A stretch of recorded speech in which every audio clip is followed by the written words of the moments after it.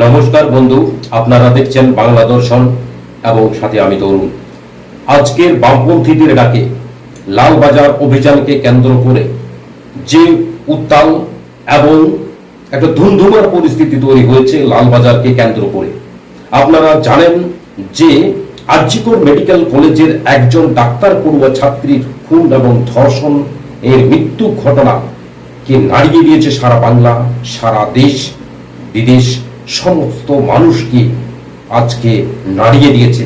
যে কারণে বাংলা থেকে শুরু করে যে আন্দোলনের ঢেউ ছড়িয়ে পড়েছে দেশ থেকে আরেক দেশে, গ্রাম থেকে শহরে, শহর থেকে গ্রামে, এই আন্দোলনের ঢেউ সেই রকমই আবহে রাজ্যের সিপিআইএম পার্টির নেতৃত্বে বাম সংগঠনগুলো ছাত্র, যুব, শ্রমিক, কৃষকের ডাকে হাজারো হাজারো মানুষ লালবাজার অভিযানের সামিল হয়েছেন।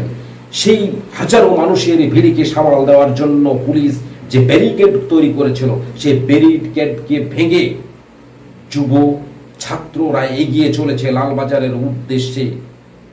সুবিচার চাই, তিলোত্তমার সুবিচার চাই। দেখুন সেই ধুমধুমার পরিস্থিতি লালবাজারের কেন্দ্রে।